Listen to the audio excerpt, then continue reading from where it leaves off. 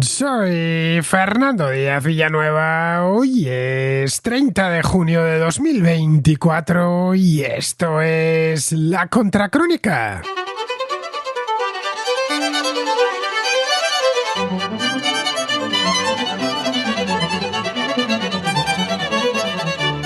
Bienvenidos a la contrarréplica del domingo, ya sabéis, esta contrarréplica en la que tratamos temas de fondo que van más allá de los asuntos semanales, aunque eso sí, he recuperado dos notas de voz que se me quedaron de esta semana que eran un poquito largas y pensé que era idóneo el domingo para pasarlas y debatir sobre esos mismos temas. Una tiene que ver con los automóviles eléctricos y los aranceles, automóviles eléctricos chinos y los aranceles que les quieren poner en la Unión Europea, y otra más sobre las redes sociales, que son dos temas que he tratado en la contracrónica a lo largo de las últimas 2 semanas. Las otras que tengo son más de fondo. Bien, si queréis participar os voy a dar el número de WhatsApp rápidamente para que nos metamos en harina con los temas, que son todos muy generosos. Os he adelantado dos aquí en la introducción, pero hay más. El número de WhatsApp es el 690 82 7909. 34 delante, por si estáis fuera de España, y aunque estéis en España, lo mismo. Ponéis 34, yo guardo todos los teléfonos con su código internacional por si alguna vez ando por el extranjero, que de vez en cuando lo hago, y tengo que enviar algún WhatsApp o hacer una llamada, simplemente. Siempre es bueno que la red sepa hacia dónde enrutar el número en cuestión.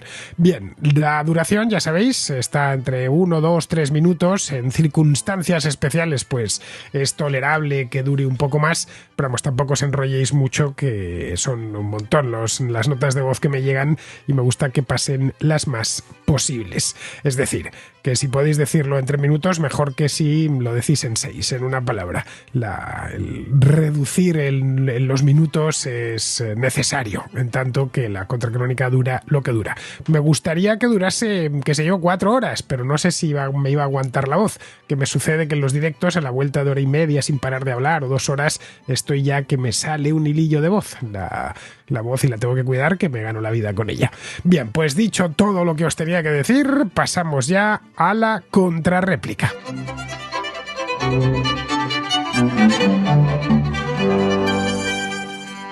Empezamos con Carlos, que, como os decía, nos habla del tema este de los aranceles a los vehículos eléctricos chinos. Os decía también que esta nota me ha quedado pendiente esta semana, y antes de que me caduque, porque hay notas buenas, muy buenas, que no me gusta que me caduquen. De hecho, no me gusta que me caduque ninguna nota.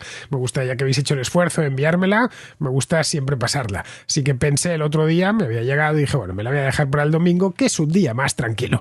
Así que nada, la nota es larga, os aviso ya, pero lo que nos cuenta Carlos, como siempre que nos deja aquí alguna nota de voz, que lo hace de vez en cuando, menos Carlos de lo que me gustaría, porque eres uno de los contraescuchas con más sentido común, pues lo que nos cuenta Carlos es muy interesante. Buenos días, Fernando. Te enviaba un audio sobre el tema de los aranceles a los vehículos eléctricos chinos, y sobre todo a tenor de un mensaje de un contraescucha en la contracrónica de ayer, creo que fue la del proyecto de Milei. Bueno, creo que es un error garrafal el pensar esto como un tema simplemente de competencia industrial. De hecho, el decir que esto es una forma de proteger, simplemente de proteger a la industria local, y de que en verdad proteger a la industria local frente a un producto superior. En este caso asume que el superior es el chino porque es más barato y con mejores prestaciones. Es como decir que si alguien te quiere vender un coche robado más barato, pues que ya está, que es más barato, y que el no permitírselo va contra la competencia. Porque la hipótesis de fondo aquí es que la competencia con China es legal, es leal más bien, y es un juego limpio, cuando no es así. China no juega limpio en absolutamente ningún ámbito. El tema de los subsidios, que bueno, si bien en Europa efectivamente y en América la industria automovilística recibe generosos subsidios, directos o indirectos, en China es otro nivel. Es decir, en China, cuando una empresa se ha convertido en un gigante nacional, ha sido con el beneplácito total absoluto y el apoyo del gobierno, que así lo ha decidido. En el caso de los coches sí que tienen varias, pero miramos también WeChat, por ejemplo, que es un monopolio total y absoluto y que además concentra funcionalidades que en Occidente están dispersas entre varias aplicaciones, ¿no? Eso no lo habrían podido hacer sin un claro apoyo del gobierno chino. También cada vez que compran una empresa extranjera lo hacen con el apoyo del gobierno chino, no ya el beneplácito, sino el apoyo financiero, con el objetivo de traer tecnología a China, la mayor parte de las veces robada directamente, de forma completamente desleal. China no innova prácticamente, sobre todo en la tecnología más puntera, lo que suele hacer es robarla. Y bueno, esto yo lo he vivido en mis propias carnes, cuando trabajé en una startup de satélites de comunicaciones europea, en la que entró un inversor chino con 100 millones, que si seguías el dinero al final acababa en el gobierno chino, en la municipalidad de Shanghai. No había que trabajar mucho para seguir esa línea del dinero. Y que los chinos, en cuanto tomaron el control, despidieron a todos los trabajadores europeos de la central, incluyéndome a mí. Cogieron el diseño del satélite que tenía la empresa, de forma ilegal se lo dieron a un productor chino, lo lanzaron por su cuenta. Lo que se dice de China es por algo, ¿no? Y luego también está el aspecto de que no es una competencia recíproca, es decir, las empresas chinas tienen muchísimas más facilidades para vender y para trabajar en Europa de lo que tienen las europeas para trabajar en China. Aquí el caso más obvio son evidentemente las redes sociales chinas, ya sea TikTok, campan a sus anchas en Europa, mientras que las occidentales directamente están prohibidas. Es decir, Facebook, Instagram, Google mismo no funcionan en China, ¿no? Con el resto de empresas funciona de manera más o menos similar. Es decir, no es que solo sea difícil conseguir los permisos regulatorios para operar en China, siempre necesitas un socio local, una propiedad de la empresa local, y la mayor parte de las veces acaban obligándote a transferir la tecnología hacia allá, ¿no? Yo me alegro de que hayan impuesto los aranceles a pesar de la oposición de la industria alemana. Y es que al final la dependencia alemana de los enemigos de Occidente, como son Rusia y China, pues ya nos ha pasado factura una vez con la invasión de Ucrania y la dependencia del gas ruso. Y yo creo que la Comisión Europea se ha dado cuenta de que estas tonterías se tienen que acabar. Y ya hemos visto lo doloroso que ha sido para Europa. Aquí en España, por suerte, no nos ha afectado tanto, pero también lo hemos sufrido, el desconectarse de Rusia de forma precipitada y urgente.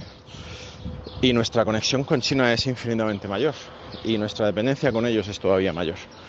Entonces, el tema de los subsidios, esa es la excusa que han encontrado, que aparte de ser verdad,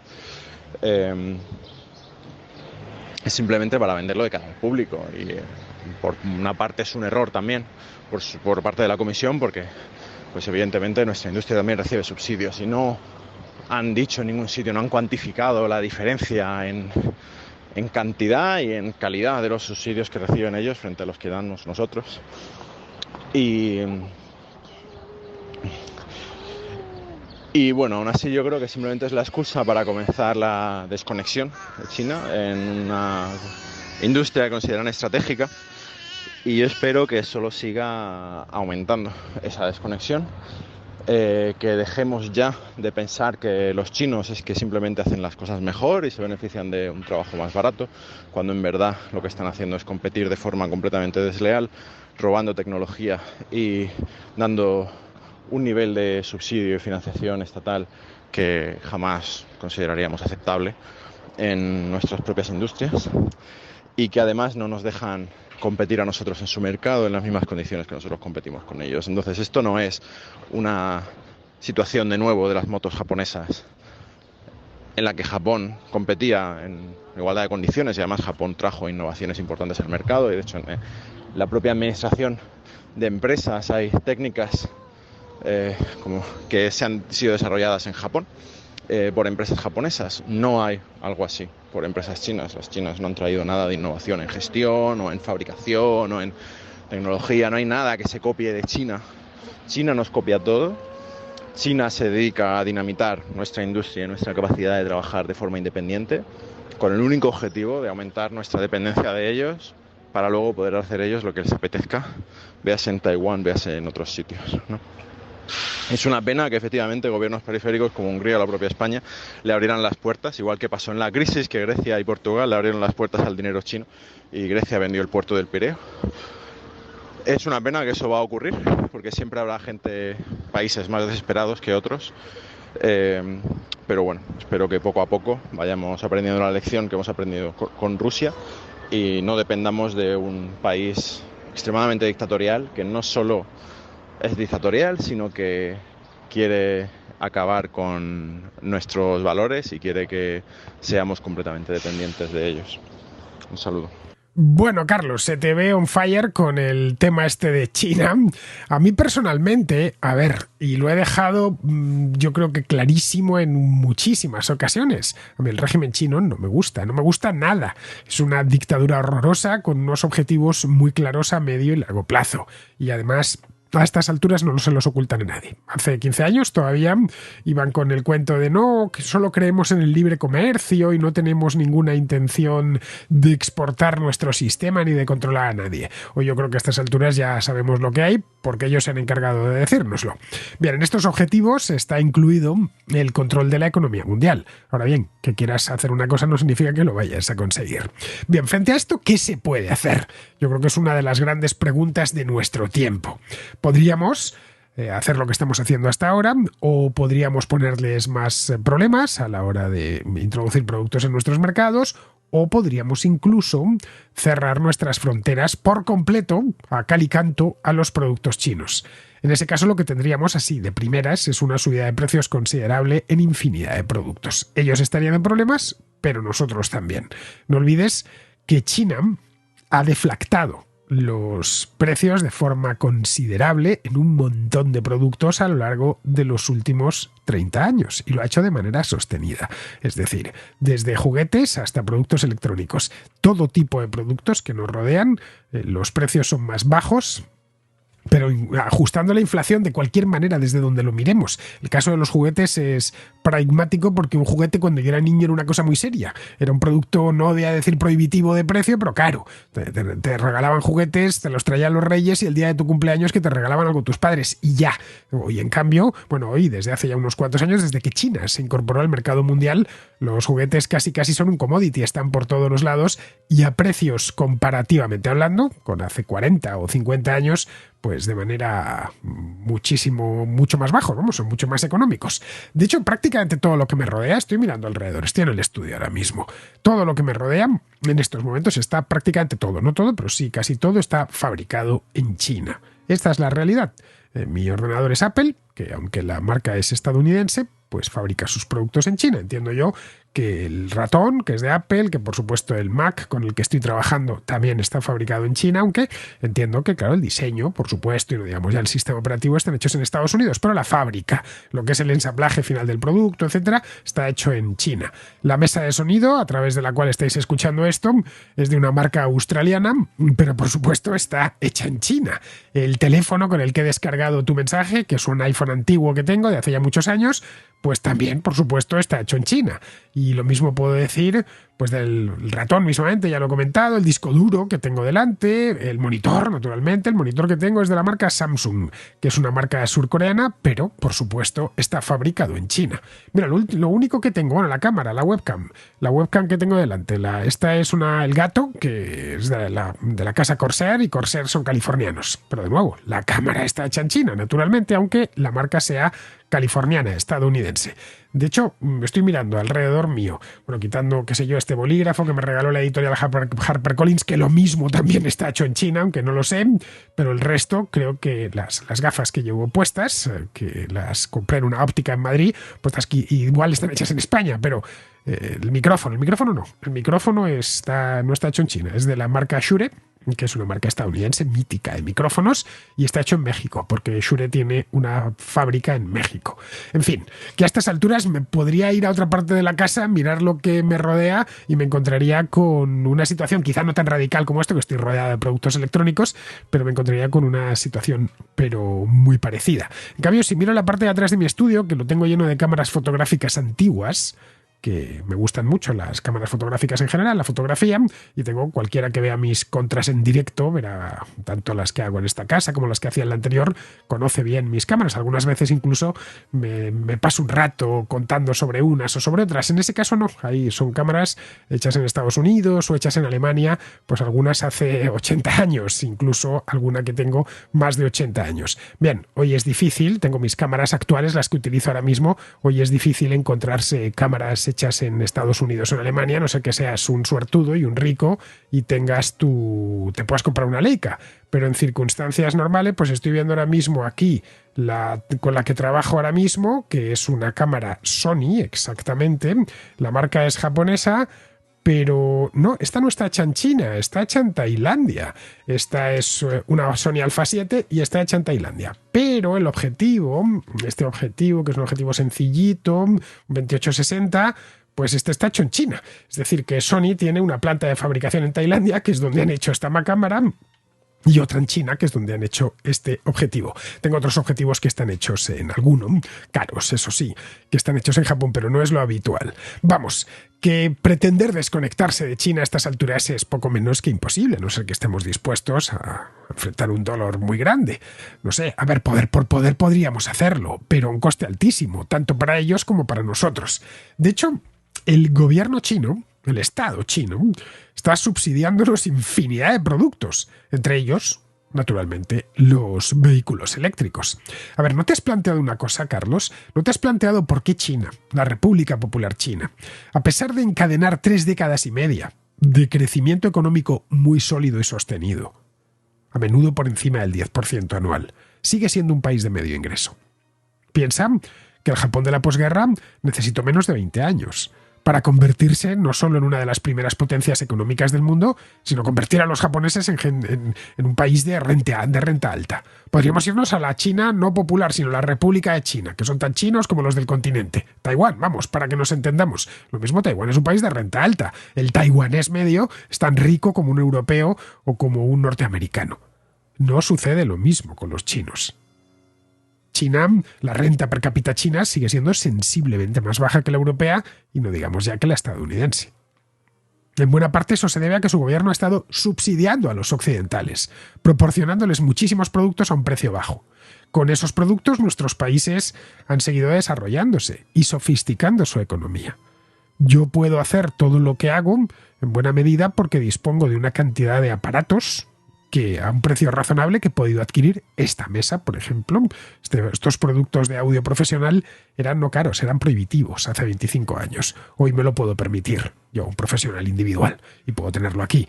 Lo mismo se puede decir de muchísimas cosas más. Y esto ha sido en buena medida gracias a que los productos han bajado porque se fabricaban en China.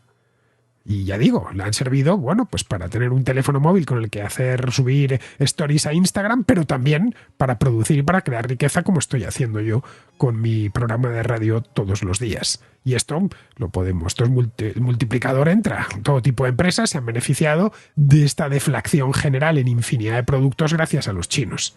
Al final, de hecho, que las fronteras hayan estado abiertas nos ha beneficiado más a nosotros que a ellos. De hecho, lo acabas de reconocer, en China se innova menos que en Occidente. Su negocio hoy por hoy no es el de la innovación, por lo menos su negocio central, sino el de fabricar mucho a un precio razonable. Ese es uno de sus dramas, porque en este apartado tiene competencia. Los vietnamitas han empezado a hacer lo mismo, con gran éxito, por cierto.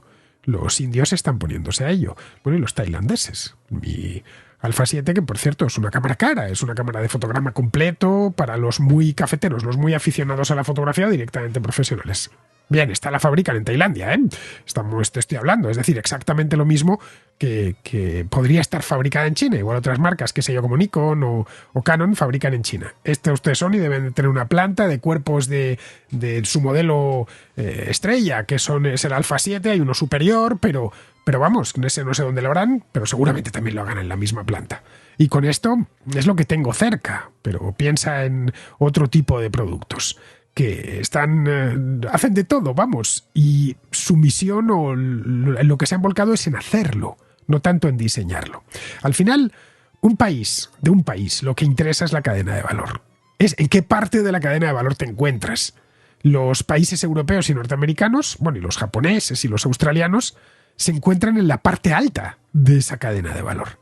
Es decir, la cuestión no es producir vino, la cuestión es producir vino caro. Vino, en fin, es plantar las vides, hacer la cosecha y sacar vino. El vino a granel vale muy poco. Una de las revoluciones que se han producido en España en los últimos 50 años ha sido que el país ha pasado de ser un gran productor de vino peleón, podríamos decirlo así, a ser un productor de vino caro, celebrado en los mercados internacionales. Lo mismo podemos decir de otros tipos de productos. El del vino me es muy socorrido porque es fácil de entender por todos. Puedes comprar empresas occidentales, como han hecho los chinos, pero si no tienes la cultura de la innovación y de la mejora, no te va a servir de mucho, ya que en Occidente van a seguir innovando, porque están todos los incentivos puestos para que se innove, especialmente en lugares como Estados Unidos. Es más, los chinos, y por irnos al tema de los vehículos eléctricos, fabrican más vehículos eléctricos que nadie, pero los vehículos eléctricos más caros y más deseados no son chinos. De hecho, la industria de los vehículos eléctricos ni siquiera empezó a desarrollarse en China, sino en Estados Unidos, con Tesla, hace ya 20 años.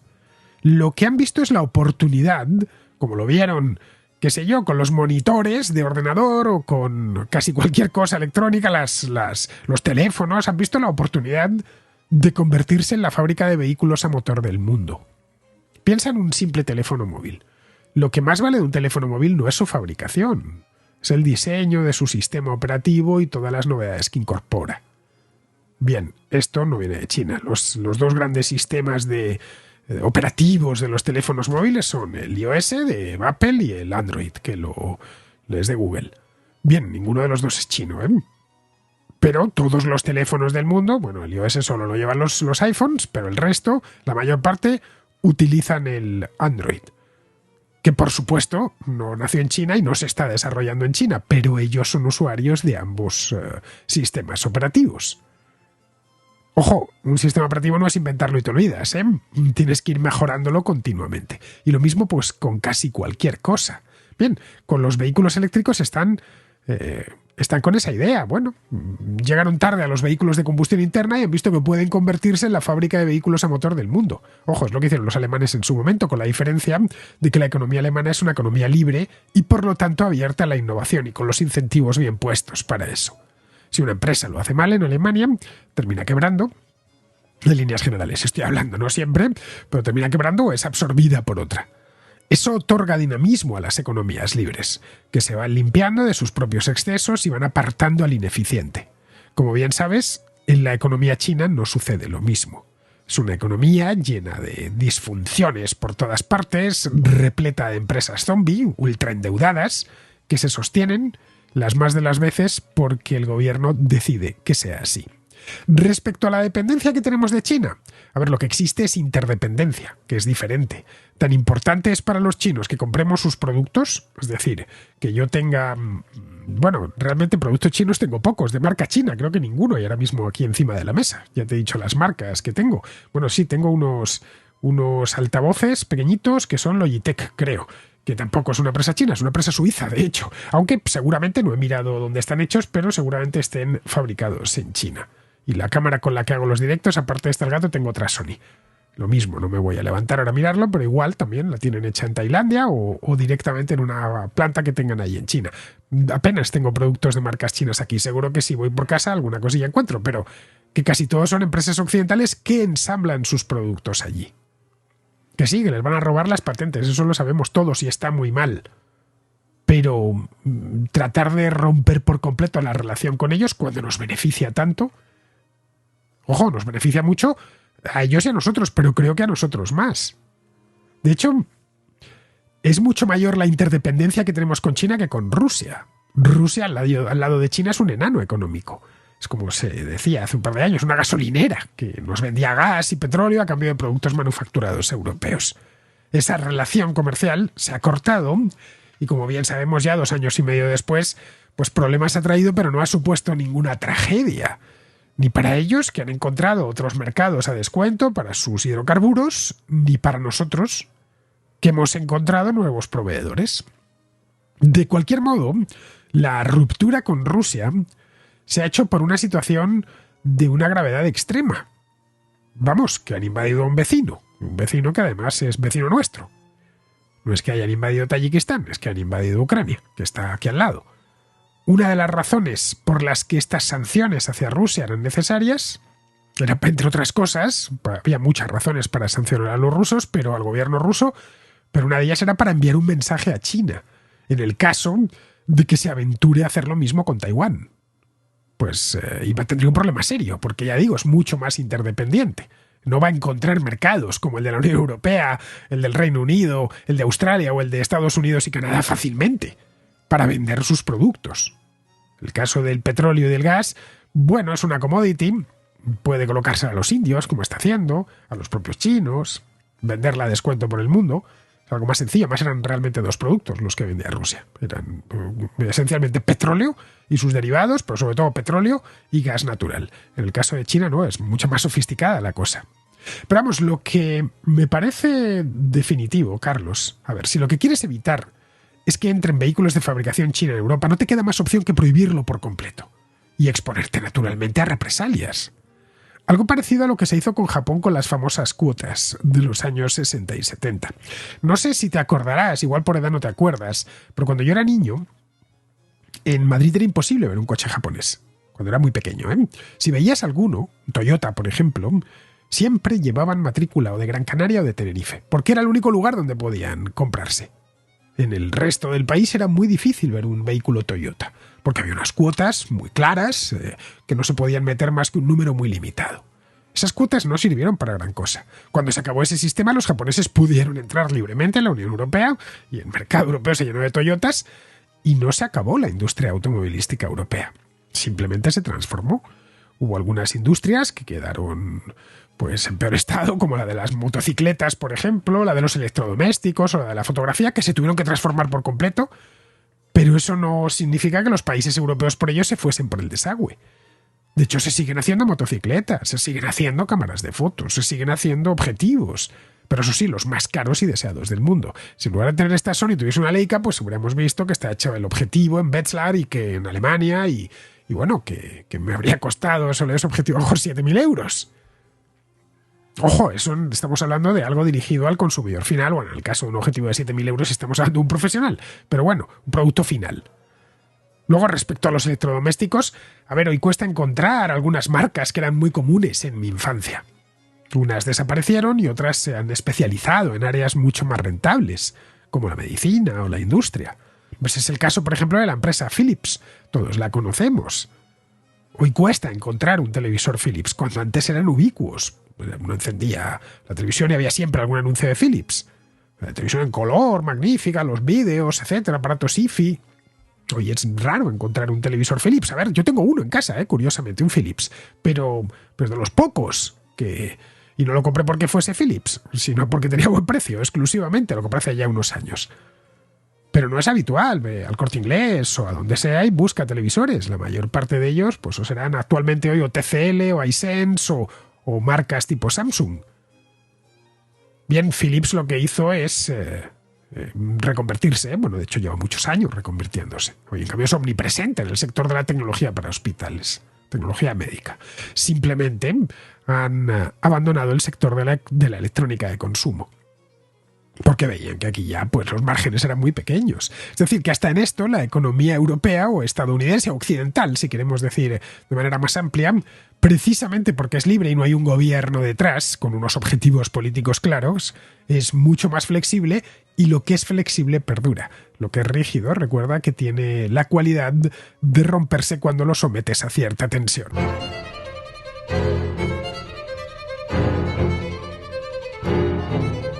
Seguimos con Agustín, que está en Argentina y que nos habla de redes sociales y periodismo. Esta nota de voz, como os decía al principio, también se me había quedado pendiente de esta semana, así que la he repescado, la guardé para que sacarla hoy antes de que me caduque. Lo que nos trae Agustín es una reflexión larga también sobre este tema que el lunes pasado hablamos Rubén Arranz y yo aquí en el estudio. Fernando, ¿cómo estás?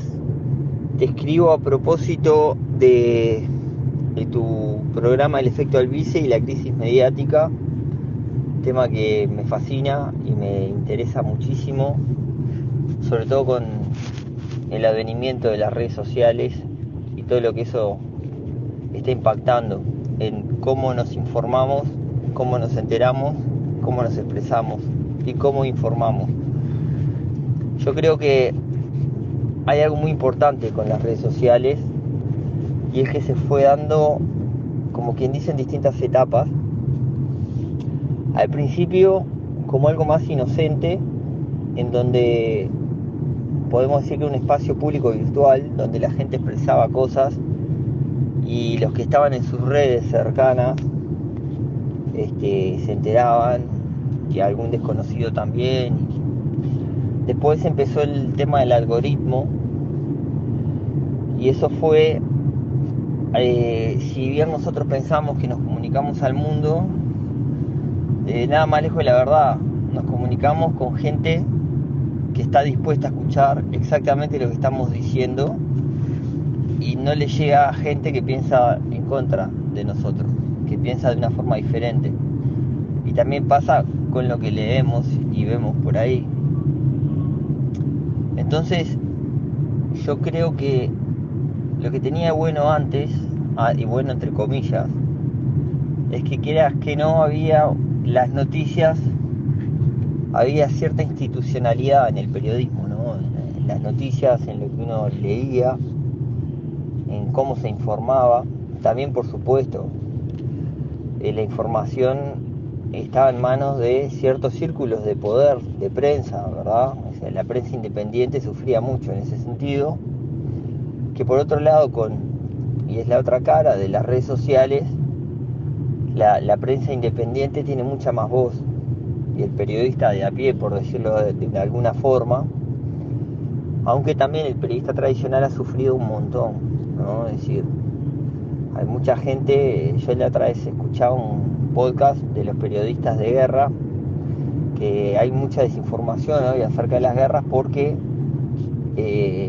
ya es tan costoso y los medios oficiales tienen tan pocos recursos que tercerizan. ¿Y tercerizan en quién? Bueno, en periodistas independientes, que son los mandados que se van para allá y que se tienen que financiar. Entonces terminan siendo una suerte de periodistas tanto mercenarios, entre comillas, en el sentido de que, bueno, alguien me tiene que pagar los costos, quien paga por la información, y el que paga por la información paga porque sea determinada tipo de información, con determinado sesgo y determinado perfil, sobre todo en una guerra. Por otro lado también los riesgos, los equipos, todo. Entonces muchas guerras también está pasando que no hay, que están a oscuras a nivel de prensa, a nivel informativo. Y esto, o sea, esto es un extremo, pero es una parte importante del periodismo, pero también tenemos en el día a día, que cada vez más la versión oficial o el periodista a sueldo, que a ver, cuando eso está institucionalizado, hay más periodismo a sueldo, hay más periodistas, está más institucionalizado la caza de la noticia, el cazador de noticias, por decirlo así, que hoy en día yo creo que eso también se desprofesionalizó mucho, se volvió todo muy amateur, salvo programas especializados como el tuyo, que los hay, pero hay que encontrarlos también, ¿no? Y no nos olvidemos del tipo de sociedad que están creciendo, que están generando las redes sociales, que muy pocas veces buscan al periodista especializado. En tal sentido, me parece que las redes sociales y esa forma de informar nos están llevando a una especie de oscurantismo libre, en el sentido de que Es muy difícil encontrar noticias de calidad o informes de calidad o opiniones de calidad, y es muy fácil encontrar cualquier opinólogo diciendo lo que queremos escuchar por el famoso viejo y querido algoritmo. Eso es la segunda etapa, por decirlo así, ¿no? Generalizando un montón.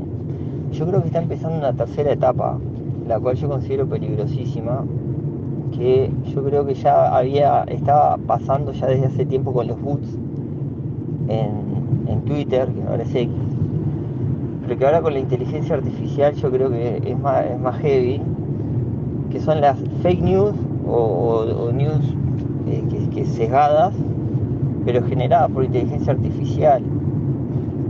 Que la inteligencia artificial, a ver, entendamos, no es un bot, es como una persona pensante, pero mucho más, o sea, hablando en el ideal y ya en un plano teórico, pero muy cercano a lo práctico, son personas, son como si fueran personas, seres pensantes, no son personas, son seres pensantes, pero mucho más inteligentes y con muchas más herramientas para manipular masas.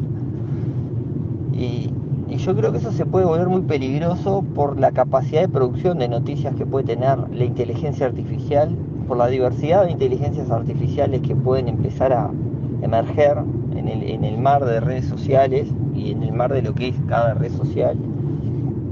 Y sobre todo porque, a ver, y esto ya entrando a un plano un poco conspiranoico y no, o sea, proyectando en el vacío, pero pensando, a ver, imaginemos que el día de mañana la inteligencia artificial decide tal o cual cosa, ¿no? Porque eso es bastante autónomo, por lo que he visto.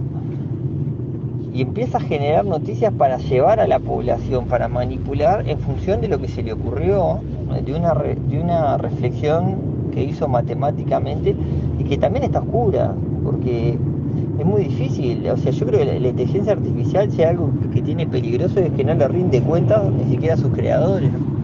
Vos creás esa conciencia artificial y va para donde quiere y no te dice lo que está pensando, te dice de repente también lo que le conviene, lo que sabe que le conviene decir. Y yo creo que estamos poniendo nuestra cohesión social, el periodismo, la información, lo que consumimos, todo en manos ya de todo eso, que no sé cómo llamarlo, honestamente. O sea, acá me quedo corto en la reflexión, me quedo corto incluso en la proyección de hacia dónde puede ir y incluso piso el freno también, porque digo, bueno, hay una parte de mí que dice, tampoco seas tan paranoico, pero cuando hago las cuentas, realmente es preocupante. Es preocupante. Así que bueno, Fernando, sí, yo creo que en un futuro, y esto ya es una predicción, se va a volver un poco a la institucionalidad periodística, van a emerger referentes, van a emerger periodistas o medios adaptados a las nuevas economías digitales, adaptados a nuevos, pero van a emerger porque ante todo este caos la gente va a buscar referentes y va a buscar informarse nuevamente con calidad. Yo creo que va a pasar un tiempo de aquí a que eso pase, pero yo creo que ya está pasando, ¿no? O sea, yo creo que tu programa es un foco de luz en todo este tipo de cosas. Hay otros programas que también lo son, con su sesgo siempre, ¿no? Los periódicos, como decían ustedes en el programa, siempre tuvieron también un sesgo y un toque de manipulación de la información. Pero bueno, yo creo que se va a volver a eso. Bueno, un abrazo grande desde Uruguay y me encanta tu programa. Saludos. Como te decía, Agustín, este tema lo hemos hablado varias veces en la Contracrónica, bueno, un montón de ellas. De hecho, cada vez que viene Rubén, de una manera u otra, es algo que siempre sale y lo comentamos. Mira, cuando apareció Internet, allá por los años 90, una de las primeras cosas que se pudo ver es que aquello descentralizaba y distribuía los emisores de información, por primera vez en la historia. Al principio Internet iba muy lento, en los años 90, y tenía una serie de costes de acceso elevados. Vamos, tampoco es que hubiese mucha gente conectada. Cuando yo empecé a conectarme a internet a mediados de la década de los 90, pues yo me conectaba, mi hermano también, porque éramos jovencitos, pero mi padre lo veía como algo que no tenía, bueno, pues como un entretenimiento para chicos jóvenes, nada más. No le veía que tuviese mucho futuro. Normal, en el año 95 tú veías aquello con un módem, aquello era lentísimo, además tenías que conectarte por la vía telefónica. No era barato y además la penetración era bajísima. Incluso en países como España, es decir, países que están en Europa, no te quiero ni contar, qué sé yo, en Malawi o en un país africano. Por lo tanto, durante esa época, durante los años 90, pues no se consideró esto de Internet un terreno de juego digno a ser tenido en cuenta. Con el nuevo siglo la cosa ya cambió, porque hubo una serie de avances tecnológicos que permitieron que el coste de acceso bajase de forma drástica y la velocidad aumentase. Además, la potencia de los terminales, es decir, de las computadoras en este caso, cada vez era mayor y eran más baratos. Ahí volveríamos a lo de China, como se abarató todo a muchísima velocidad entre los años 90 y principios de este siglo. Bueno, posibilitó, ya yéndonos al contenido, aquello posibilitó que apareciesen, no sé si te acuerdas de aquellos blogs, esas bitácoras que se decían en España, que tuvieron tanto éxito a cosa de 15 o 20 años. Por primera vez uno podía tener a un coste minúsculo, a coste cero realmente, más allá del de su trabajo, una página web disponible en todo el mundo. Que si los contenidos eran buenos, pues podían ser leídos por cualquiera, en cualquier parte, e incluso llegar a tener influencia. Aquí todavía estoy recordando los debates del año 2003, 2004, 2005, que si el periodismo ciudadano, que si cualquiera podía subir una noticia, que pues esto le ponía a todo el mundo la posibilidad de ser periodista, es decir, de contar cosas. Ojo, estoy hablando del año 2003-2004, cuando empezaron estos blogs. Bueno, aquello era algo completamente revolucionario. Hasta ese momento, si uno quería ser leído por alguien, o trabajabas en un periódico grande, o era directamente imposible. Podías escribir en un fanzine en la universidad, o en tu barrio, o poco más, pero la cantidad de gente a la que podías llegar era necesariamente muy limitada. Fue en la primera década del siglo cuando esos avances tecnológicos se intensificaron, fueron a más, posibilitando, entre otras cosas, que llevásemos Internet a todas partes, con los teléfonos, con las tabletas, etc. La velocidad aumentó todavía más, de hecho ya no teníamos que conectarnos con el módem, apareció el wifi, las redes ADSL, la velocidad a la que cómo ha crecido la conexión móvil ha sido directamente exponencial. Bueno, para el año 2010-2015 ya las redes sociales habitaban entre nosotros. Estas mismas redes habían aparecido, pues Twitter en concreto apareció en 2006, Facebook había aparecido creo que un año antes, YouTube también en 2004. YouTube podríamos considerarlo, buena medida, una red social. Instagram creo que aparece en el año 2010. Pero vamos, para el primer lustro de la segunda década del siglo ya estaban entre nosotros y eran muy populares. Bien, estas redes sociales admiten contenido escrito, de vídeo y de audio. Es decir, son mucho más que un periódico tradicional. Cuando uno entra en Facebook o en Twitter o en Instagram, tiene una experiencia mixta. Entre periódico, la lectura de un periódico, puedes entrar en Twitter y solo leer lo que hay allí, o en Facebook puedes escuchar, se cuelgan audios y puedes ver cosas de todo tipo. Es una televisión también. Cualquier persona que tenga algo que decir y que ese algo sea valorado por los demás puede llegar a tener cientos de miles, incluso millones de seguidores en estas redes sociales. Recuerdo cuando aparecieron los blogs, estoy hablando del año 2003, 2004, que unos años más tarde, ya en 2006-2007, apareció Twitter, que entró con fuerza y tal, sobre todo en ciertos ambientes, y se le denominaba red de microblogging. Era como, esto es hacer blogging, no blogging como se dice ahora con la V, sino con la B. Y decían, no, pero claro, son pequeños posts, pero a un coste cero, de nuevo. Tú entrabas, no te dabas de alta, por supuesto, te registrabas, era gratuito y los tweets eran muy cortitos. Luego permitieron que se subiesen fotos, luego que se subiesen vídeos, etc. Vamos, que estas redes han ido enriqueciéndose. De hecho, Twitter ha sido de las que menos se ha enriquecido. Otras han ido, el de Instagram original y el actual, pues tienen muy poquito que ver. Yo soy usuario de Instagram y al principio empecé a subir fotos que me gusta a mí subir, que me gusta hacer, con mi estilo y tal, y a la vuelta de unos años vi que es que aquello no le interesaba a nadie. Bueno, a los aficionados a la fotografía, como yo. Y empecé a subir reels, es decir, pequeños vídeos, las stories famosas, y aun con todas, no le doy ni la mitad de uso que se le puede dar a esa red social. Vamos, como yo creo que cualquiera que tenga algo que decir y que ese algo lo quieran oír, haya gente al otro lado, puede tener millones de personas, o por lo menos miles de personas. A ver, yo por una cuestión generacional es algo que he podido ver en el curso de mi vida. Mientras sucedía, esta ha sido la revolución que ha sucedido en el curso de mi vida. No siempre tienes la oportunidad de ver una revolución mientras está sucediendo. No sabía muy bien por dónde iban a ir las cosas, porque no soy adivino, pero desde luego imaginaba que Internet iba a dar forma a todo, cuando yo estaba terminando la carrera en los años 90. Esa es la razón por la que abrí un blog tan pronto como en el año 2003. Es decir, hace más de 20 años. Este blog ya convertido en una página web normal es mi página web actual, diazvillanueva.com. Si vas al archivo verás que hay entradas desde el año 2003, cuando empecé, a finales de 2003. Al principio solo ponía textos y me parecía algo milagroso. Ahora mi página web pues tiene de todo. Tiene textos, imágenes, vídeos y naturalmente audios, por supuesto. Mi programa todos los días sube ahí. Bueno, hasta el punto que vi que podía desarrollar mi profesión sin necesidad de trabajar para una cabecera periodística, para un canal de televisión o para una emisora de radio. Ojo, me costó muchos años independizarme, pero al final lo conseguí. Ya para el año 2016, cuando empecé a hacer la contracrónica.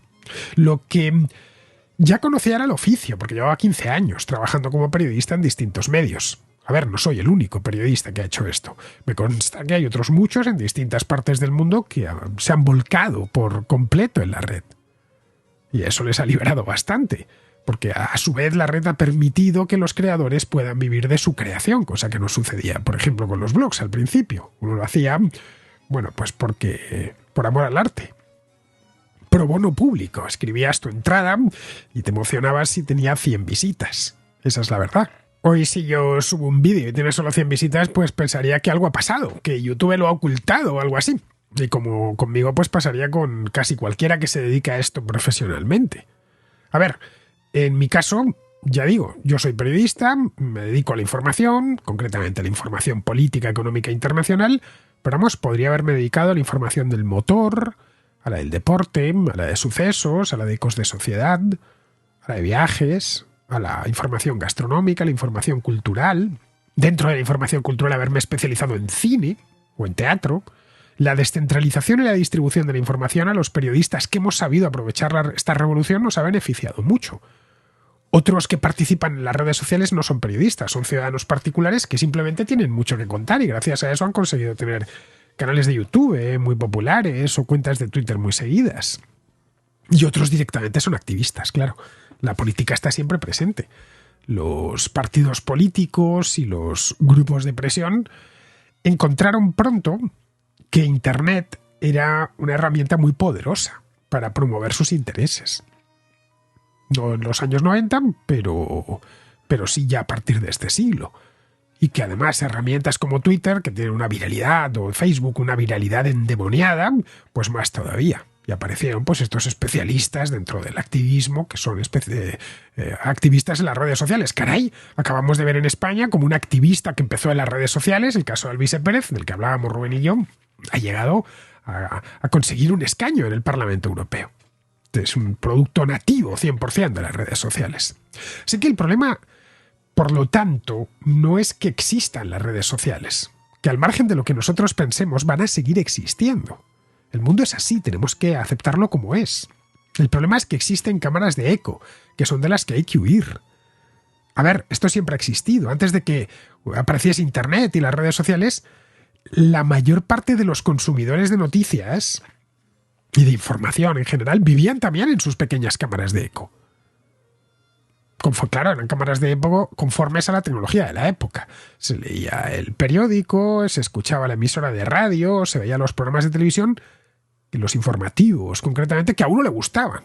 Es decir, en los que decían más o menos lo que uno quería oír. Bueno, esa es la razón por la que en España unos leían El País, otros leían el ABC y otros leían El Mundo. En Argentina unos leían El Clarín y otros La Nación, qué sé yo. En cada país y en cada ciudad teníamos siempre 2 o 3 cabeceras que tenían su línea editorial particular.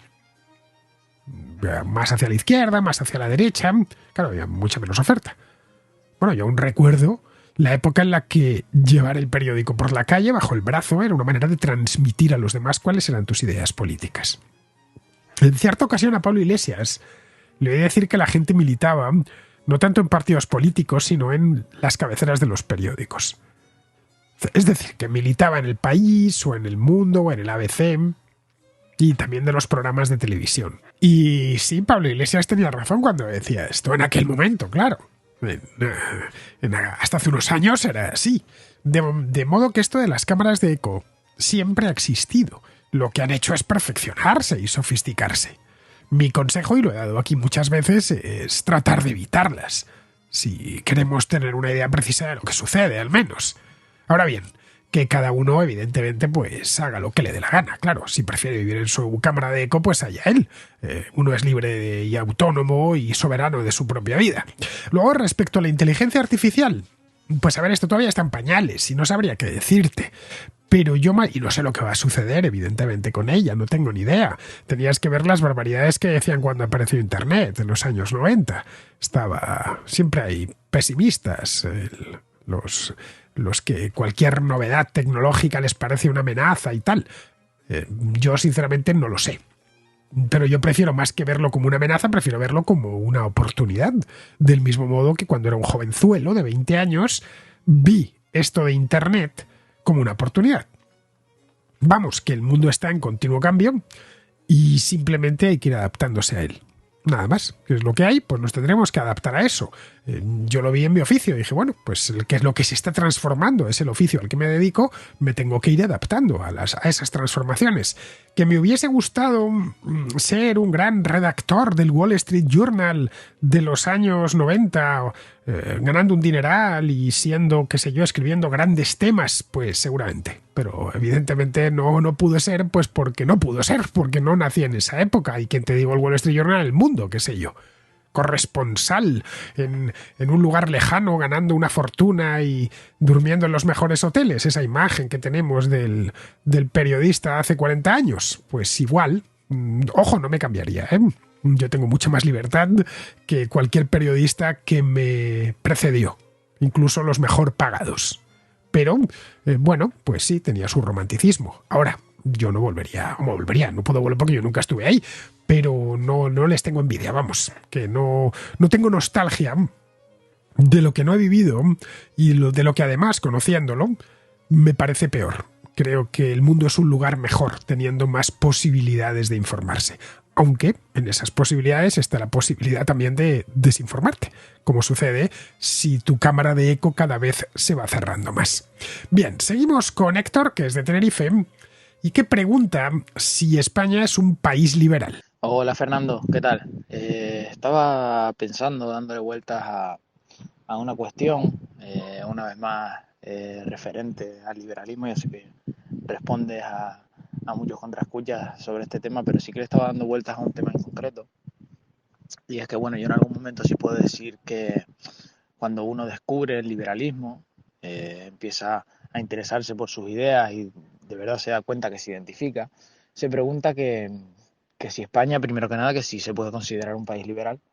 Y en segundo lugar, cuando uno se da cuenta de que está bastante lejos de ser un país liberal, de ser un país puntero, piensa que si de verdad existe una alternativa liberal para España. Entonces, claro, uno ve este tipo de encuestas en las que se le pregunta a la gente qué peso debe tener el Estado en la vida de las personas, que si el Estado debe garantizar unos derechos, ¿no?, como ellos llaman, unos derechos básicos, etcétera. La verdad que la respuesta es bastante, bueno, el porcentaje de personas que piensan que sí, que el Estado debe tener un peso importante en la vida de las personas, que debe manejar una serie de aspectos de la vida de las personas que, bueno, yo no estoy realmente de acuerdo en que eso deba ser así, pero sí que la tónica general en el país es que sí, que el Estado debe estar metido en todos esos ámbitos, ¿no? Entonces, bueno, uno piensa que uno se queda decepcionado y piensa que realmente la mentalidad de este país es realmente estatista e intervencionista y que realmente difícilmente, si uno quiere vivir en un país liberal, difícilmente se podrá cambiar a España para sí, tendrá que realmente emigrar si quiere a un país que esté más acorde con sus ideas, ¿no?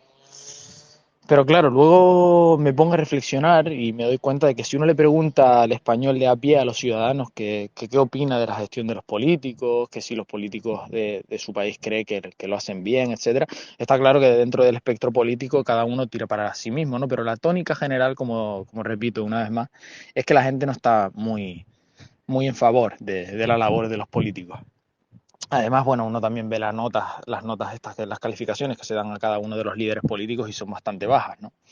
Además, en los últimos tiempos han salido casos de corrupción en ambos lados del espectro político, en los partidos hegemónicos, en Partido Socialista y Partido Popular, y ve que efectivamente la gente en realidad no confía en los políticos.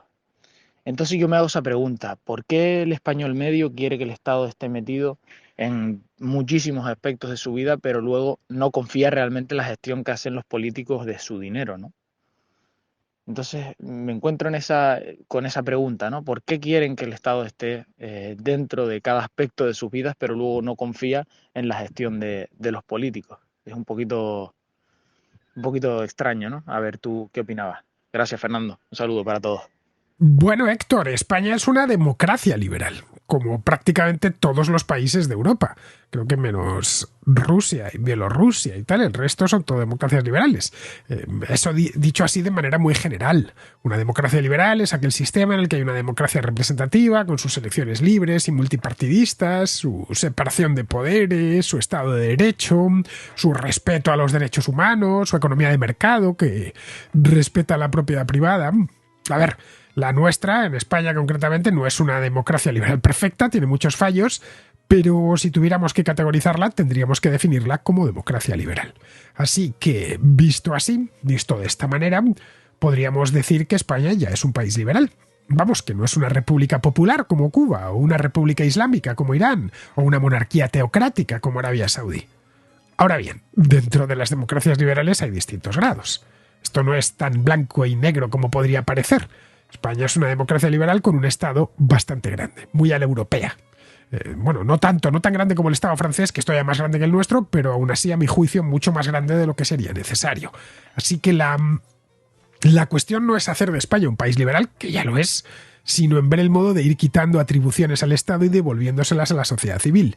Y ver el modo también de que sea más liberal en el sentido de que el Estado de Derecho sea de más calidad, que se separen de manera efectiva los poderes y que, bueno, podamos decir que vivimos esto que dicen los cursis ahora, la democracia de calidad. Es decir, que vivamos en un país decente, en una palabra. En España, pues, falta para eso, porque el liberalismo no solo consiste en una parte económica, también tiene su parte, llamémosla, política. Ambas cosas son tan importantes una como la otra. Bien, pues con esto, queridos amigos, terminamos ya la contrarréplica me han entrado solo 4 temas, una pena. A ver, tengo otro ahí, pero bueno, este ya lo pasaré para el domingo que viene. Lo digo porque es que ya nos hemos pasado. 2 de las llamadas eran muy, muy largas, pero ha merecido la pena pasarlas. Bien, pues con esto me despido de todos vosotros. Hasta mañana.